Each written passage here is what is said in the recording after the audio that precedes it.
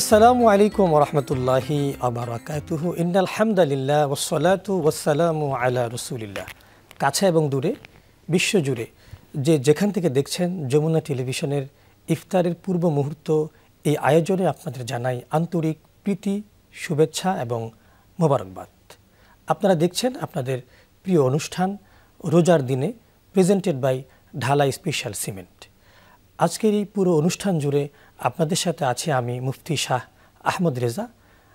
আমাদের সাথে আছেন একজন সম্মানিত স্কলার। আমরা একটা চমৎকার বিষয় নিয়ে আলোচনা করব। আজকের আলোচনার বিষয় রমজানের শেষ দিকে করণীয়। এই বিষয়ে আলোচনা করার জন্য আমাদের মাঝে স্টুডিওতে উপস্থিত রয়েছেন দুরবাটি মদিনাতুল উলুম কামিল মাদ্রাসার সম্মানিত প্রধান মুহাদ্দিস ডক্টর মুফতি মুর্শেদ আলম।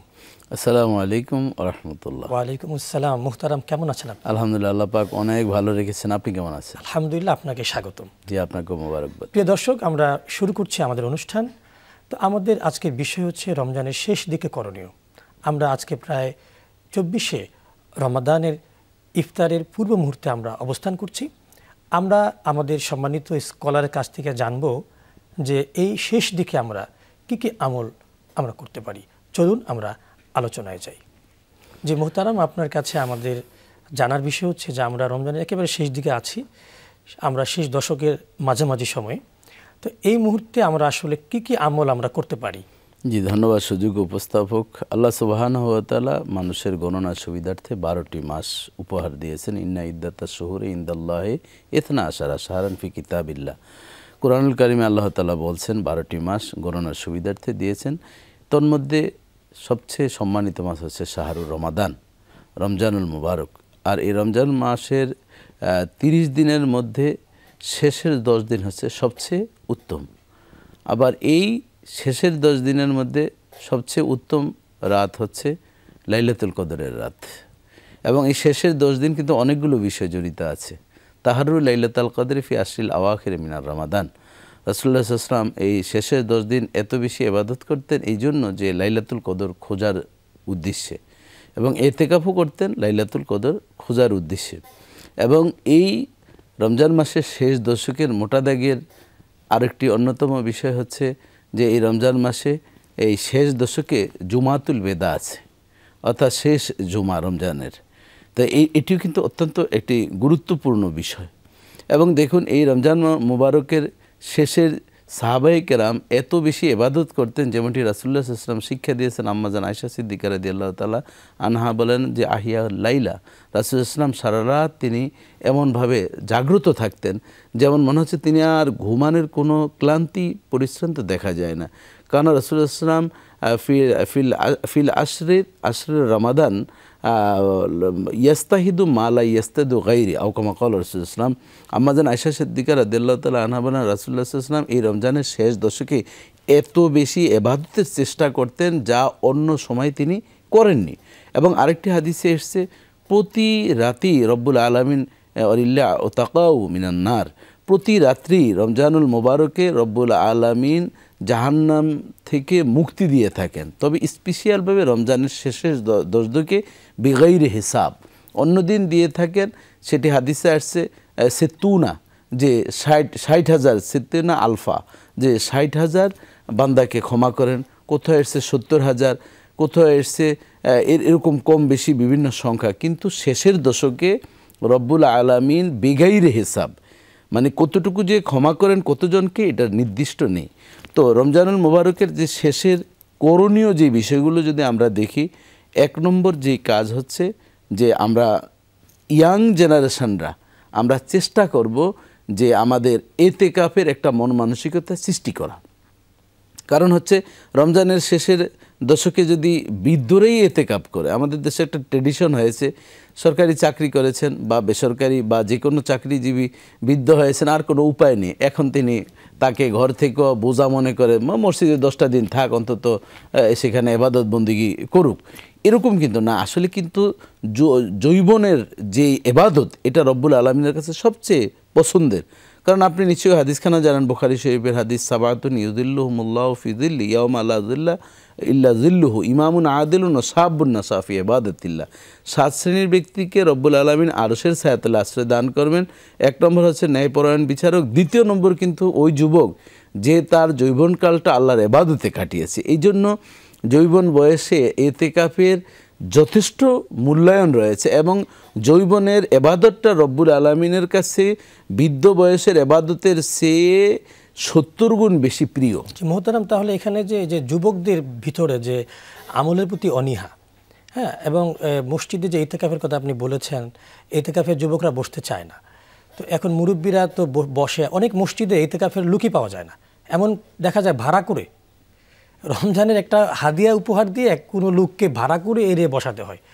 এই বিষয় আমি আপনার কাছে জানতে চাই যে এই যে ভাড়া করে এনে ইতিকাফে বসানো, যেহেতু আজকে কিন্তু আমাদের 24শে রমজান, আজকে যে রাতটি চলে যাবে সেটা যে আসবে সেটা যে 25শে রমজানের রাত আসতেছে, আজকেও কিন্তু কদরের রাত, তো আজকে আপনি কি আহ্বান থাকবে যে এই যে এই সিস্টেমটা কি আদৌ কি ঠিক? না, এটি একেবারেই অসুন্দর এবং এটা ইসলামী শরীয়তে কোনো সুযোগ নেই যে ভাড়া করে আনা, কারণ এটা সুন্নতে মুআক্কাদে কেফায়া, যে 10 দিন শেষ 10 দিন এতেকাব করা। রাসূলুল্লাহ সাল্লাল্লাহু আলাইহি ওয়াসাল্লাম ইন্তেকালের পূর্বের বছর কিন্তু তিনি 20 দিনও করেছেন এবং এমনও দেখা যায় রাসূলুল্লাহ সাল্লাল্লাহু আলাইহি ওয়াসাল্লাম গোটা 30 দিনই কিন্তু এতেকাব করেছেন।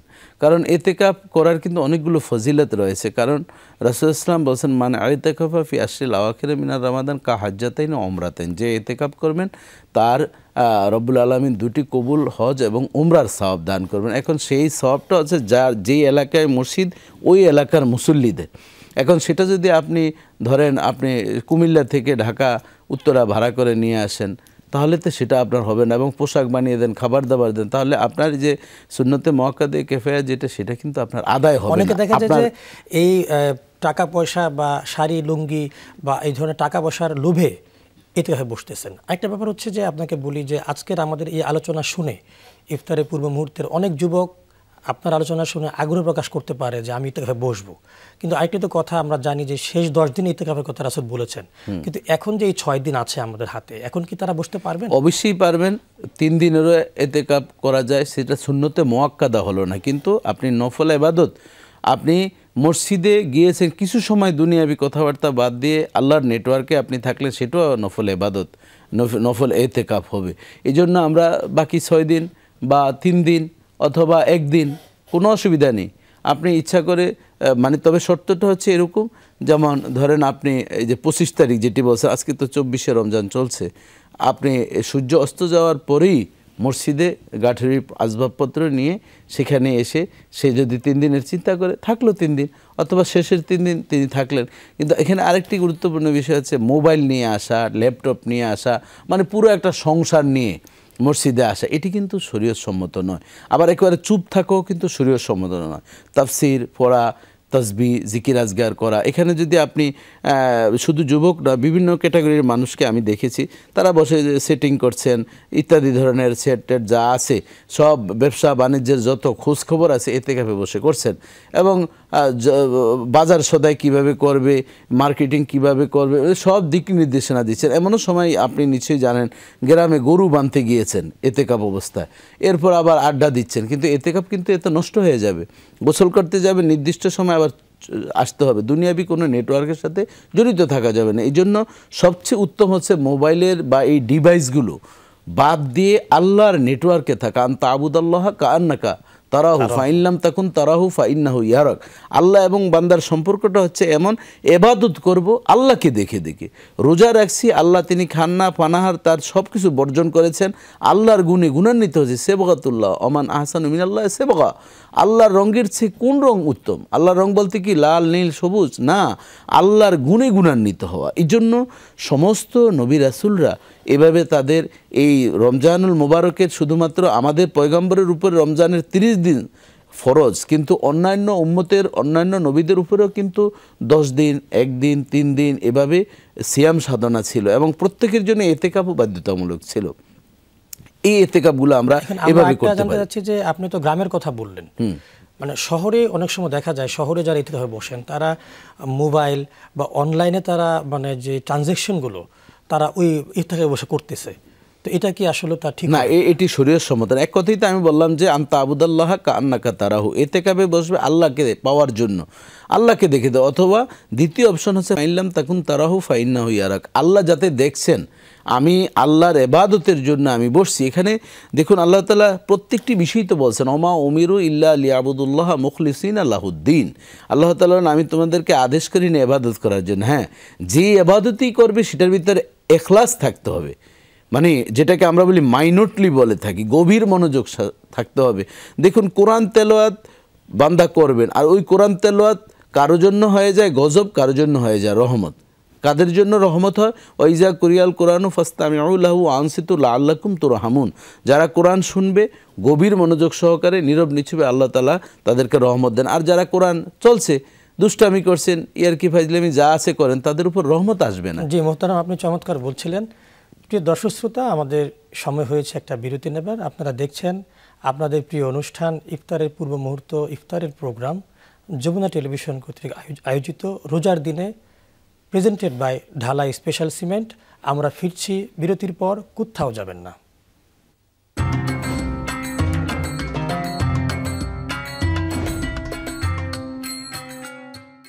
আসসালামু আলাইকুম রহমতুল্লাহি আবরাকাতুহু।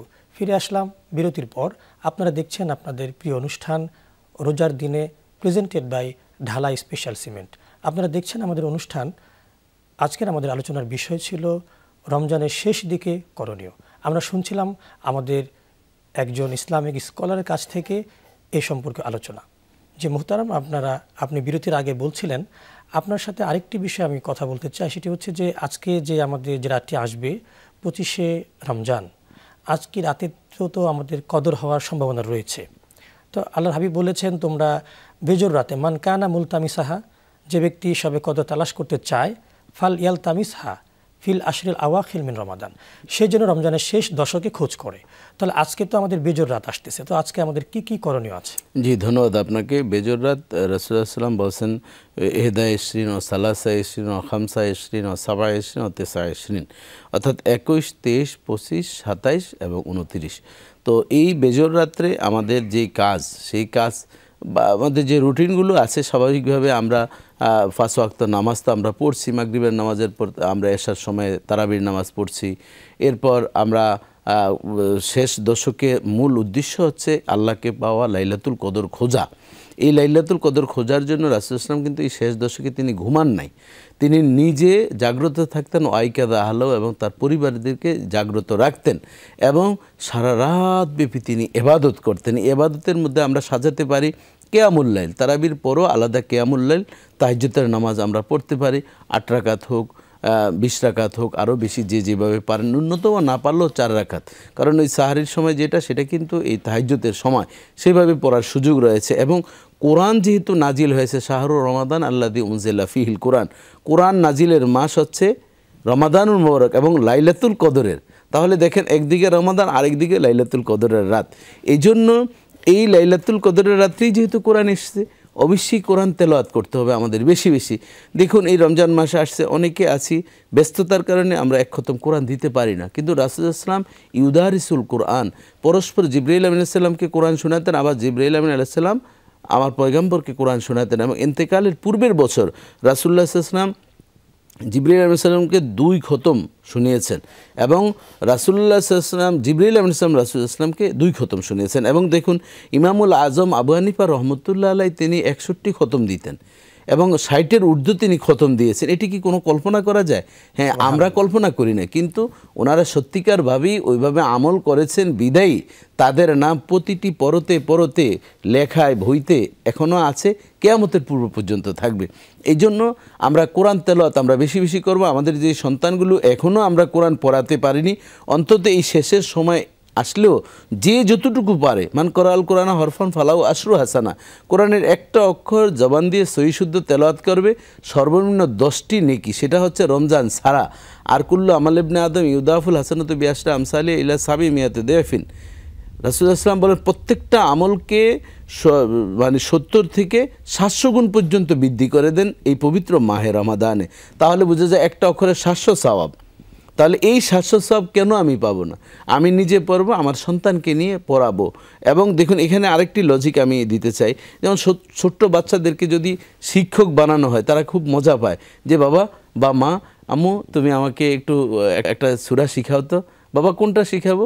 যে তুমি যেটা ভালো পারো। সে বলছে যে ঠিক আছে আউযুবিল্লাহি মিনাশ শাইতানির, আমি ছাত্র হয়ে যাই, তখন সে একটা শিক্ষকের ভূমিকায় থাকবে, সবাই বড় হতে চায়। তখন তখন আমি ইচ্ছা করে আমি আউযুবিল্লাহি মিনাশ শাইতানির রাজিম, এই বাবা তুমি ভুল পড়েছো। তাহলে কিভাবে পড়বো? শাইতানির রাজিম। এই যে আমরা এই আনন্দের মানে গিভ অ্যান্ড টেক, বাচ্চাকে আমরা একটু উৎসাহিত করছি, এভাবে কিন্তু কোরআনমুখী করা যায় এবং নামাজের দিকেও আনা যায়। যে বাবা তুমি আমাকে একটু নামাজ শিখাও তো, আমার তো নামাজে কিছু ভুল আছে। কেন? তুমি তো ভালো পারো। আপনি দাঁড়িয়ে গেলেন, একটা অভিনয় করলেন, দেখা যায় আপনি রুকু না দিয়ে ডাইরেক্ট সেজদায় গেলেন। আরে বাবা তুমি নামাজ পারো না, কি বলো? এইভাবে তখন তুমি আমাকে শিখাও তো। উজুটা আপনি একটু ভুল করলেন, তখন সে আবার আপনাকে সঠিকটা শিখালো। বাচ্চারা কিন্তু এতে খুব মোটিভেশন তাদের ভিতরে হয়। এই জন্য আমাদের এই রমজানে কিন্তু আমরা ইফতারি একসাথে করতে পারি, তাহাজ্জুদের নামাজ একসাথে পড়তে পারি পরিবারকে নিয়ে, এবং খাবার দাবার একসাথে খাচ্ছি। কিছু দিনই মাসাইল আমরা এই রমজানের শেষ দশকে আমরা করতে পারি। এবং দেখুন অনেক সময় আমরা এই শপিংয়ের ইত্যাদি নিয়ে এত বেশি ব্যস্ত হয়ে যাই, তারাবির নামাজ হারিয়ে যায়। এই বিষয়টা কিন্তু আমাদের খেয়াল রাখতে হবে। শুধু লাইলাতুল কদর আমরা খুঁজবো কখন? হঠাৎ করে ওই সাহারির আগে 4 রাকাত নামাজ পড়লাম, এটি কি লাইলাতুল কদর? না, লাইলাতুল কদর খোঁজার জন্য আমার সেই প্রস্তুতি থাকতে হবে, সেই মনটাকে আমার ফ্রেশ রাখতে হবে। আপনি দৌড়িয়ে যদি কোথাও আসেন, আসার পর উজুটা আপনার ঠিক মতন হবে না এবং কাপড়টাও আপনার পরিষ্কার নাও হতে পারে, সেই অবস্থায় কিন্তু ইবাদত কবুল হবে না। এই জন্য আমাদের উচিত হচ্ছে এই বেজর রাত্রে এবং রমজানের শেষ দশকে সাহাবায়ে কেরাম এত বেশি কান্না করতেন, বিশেষ করে ঈদের যে রাত্র, সেই রাত্রে ইবাদত রব্বুল আলামিনের কাছে খুব পছন্দনীয়। সাহাবায়ে কেরাম এত বেশি কান্না করতেন, পরের দিন যখন রাস্তায় বের হতো সাহাবায়ে কেরাম, কাফের মুশরিকরা জিজ্ঞাসা করতো তোমাদের কি কেউ মারা গেল নাকি তোমাদের বাড়িতে? বলো কেন? কয় এত কান্নাকাটির আওয়াজ। কয় না, মারা গেলে তো একজন শেষ হয়েছে, তার জীবন শেষ হয়েছে, কিন্তু আমরা কান্না করছি এমন এক মেহমান আমাদের মাঝে এসছে, সেই রমাদানুল মুবারক বিদায় নিয়ে যাচ্ছে, না জানি আমার জীবনের শেষ রমাদান, আমি কি আর আগামী বছর বেঁচে থাকবো কিনা? এই রমাদানুল মুবারকের যে বারাকা, সেই বারাকা কি আর আমি খুঁজে পাবো কিনা? পয়গম্বর মিম্বারে যখন উঠছিলেন, জিবরাইল আমিন আলাইহিস সালাম এসে বলছেন যে আপনার উম্মত রমজানুল মুবারক পেল, গুনাহ মাফ করাতে পারলো না, তার উপর গজব বর্ষিত হোক। নবী চুপ থাকলেন। জিবরাইল বললেন আমিন বলেন, কুলিয়া রাসূলুল্লাহ আমিন। রাসূলুল্লাহ সাল্লাল্লাহু আলাইহি ওয়াসাল্লাম বললেন আমিন।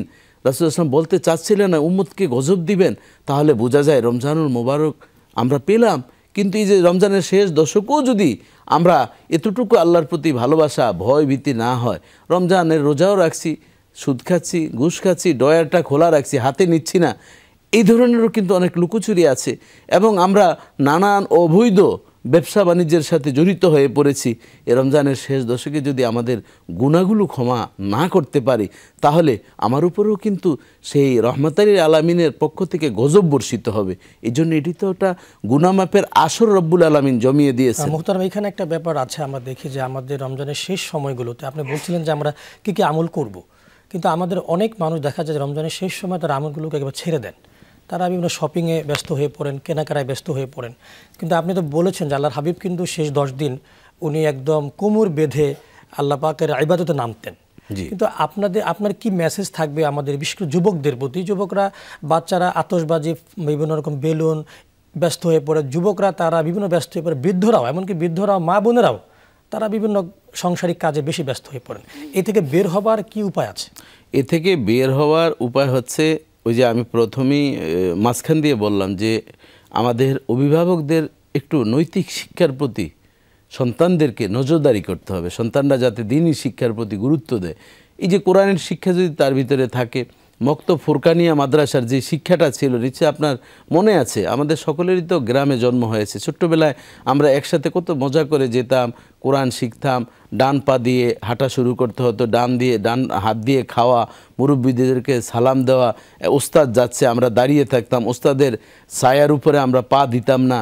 এবং কেউ বাথরুমে যাচ্ছে তার বদনাটা একটু ভরে দিতাম, বা সাইকেল দিয়ে আমি যাচ্ছি একজন মুরব্বী দেখা হয়েছে আমরা নেমে তাকে সালাম দিয়েছি। এই যে কতগুলো আদব রয়েছে বাচ্চাদেরকে নিয়ে, এটা তোমার আঙ্কেল হয়, এটা তোমার নানা বা চাচা ইত্যাদি এই ধরনের পরিচয় করে দিয়ে তাদেরকে সম্মান শেখানো, তাহলেই কিন্তু এই পবিত্র মাহে রমাদানে স্বাভাবিকভাবে এবাদতের দিকে আমাদের মনোনিবেশন হবে। আপনি দেখেন আমাদের যুবকরা ইচ্ছা করলে একটা সমাজকে পরিবর্তন করতে পারে। আল্লাহ রাসূল বলছিলেন অভিমান করে যে মক্কার বৃদ্ধরা আমাকে পদে পদে কষ্ট দিয়েছে, আর যুবকরা আমাকে ইসলামের দিকে তাড়িত করেছে, দাবিত করেছে। ইসলাম প্রচারের ক্ষেত্রে যুবকদের অবদান পৃথিবীতে সবচেয়ে বেশি অনস্বীকার্য। এই জন্য আপনি দেখেন যেমন আমাদের উত্তরা গত কয়েকদিন আগে শুনলাম যে ইতিকাফে যারা বসবেন তাদের জন্য ইতিকাফ এক্সপ্রেস কোনো একটা মসজিদের পক্ষ থেকে খুলেছে। তা আমি বলবো এটা কি গাড়ি নাকি, যে না 15 জন যুবক মিলে তারা সিদ্ধান্ত গ্রহণ করেছে, যারা ওই মসজিদ কমিটি এত ভালো উদ্যোগ নিয়েছে, যারা ইতিকাফে বসবেন সবার জন্য খাবারের ব্যবস্থা। আবার কেউ যদি বাসা থেকে খাবারে অভ্যস্ত হয়, বাহিরের খাবার পছন্দ করেন না, ওই যে এক্সপ্রেস যারা যুবক এক্সপ্রেস, এরা ইতিকাফ এক্সপ্রেস নাম দিয়েছে। এই 15 জন বাসা যেখানেই হোক ইফতার নিয়ে আসবে, তারপরে খাবার নিয়ে আসবে। তাহলে দেখেন এখানে যারা মোতাকিফ, যারা ইতিকাফ করবেন তাদের যে সার্ভিস দিচ্ছেন, রাসূল সাল্লাল্লাহু আলাইহি ওয়াসাল্লামের হাদিস অনুযায়ী সমপরিমাণ সওয়াব রব্বুল আলামিন দান করবেন। এই জন্য যুবকরা কিন্তু ইচ্ছা করলে সমাজের ভিতরে অন্যায় অবিচারকে দূর করতে পারেন।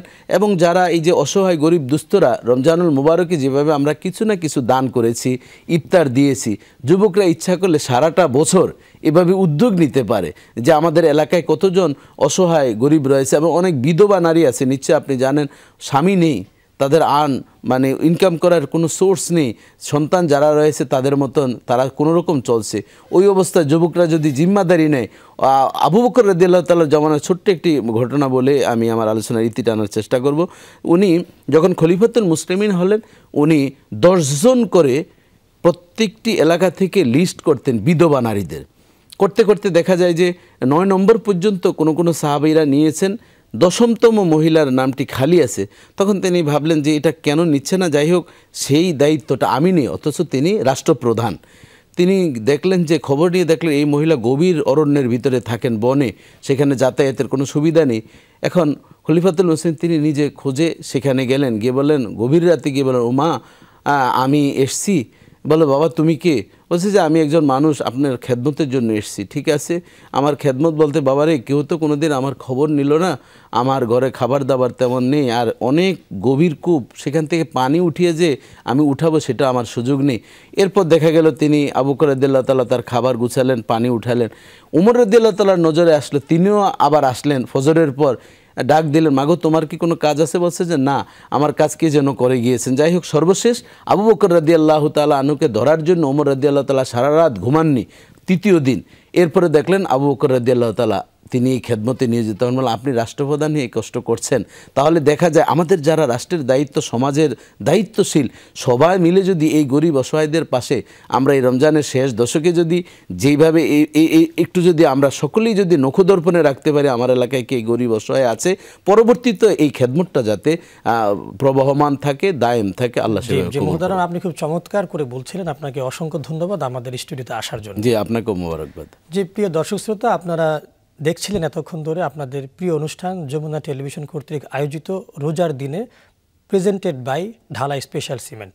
তো আমাদের আজকের আলোচনা থেকে আমরা বুঝতে পারলাম যে রমজানের শেষ দিকে এসে আমরা কি আমল করব। আমরা আমাদের নামাজগুলো ঠিকমতো আদায় করব, লাইলাতুল কদর আমরা তালাশ করব, আমরা সেখানে ইতিকাফ যারা করি ইতিকাফগুলো আমরা ঠিকমতো আদায় করব। ইতিকাফে বসে আমরা দুনিয়াবি কাজকর্ম প্রায় বন্ধ করে দিয়ে আমরা আল্লাহ পাকের আমলে আমরা মশগুল হব, আমরা ফিতরাগুলো আদায় করব এবং ঈদের জন্য আমরা প্রিপারেশন নিব। সম্মানিত দর্শক শ্রোতা, আজকে এখানে শেষ করতে হচ্ছে, আমাদের সময় একেবারে শেষ হয়ে গেছে। আগামী পর্ব দেখার আমন্ত্রণ জানিয়ে এখানে শেষ করছি। আসসালামু আলাইকুম ওয়া রাহমাতুল্লাহি ওয়া বারাকাতুহু।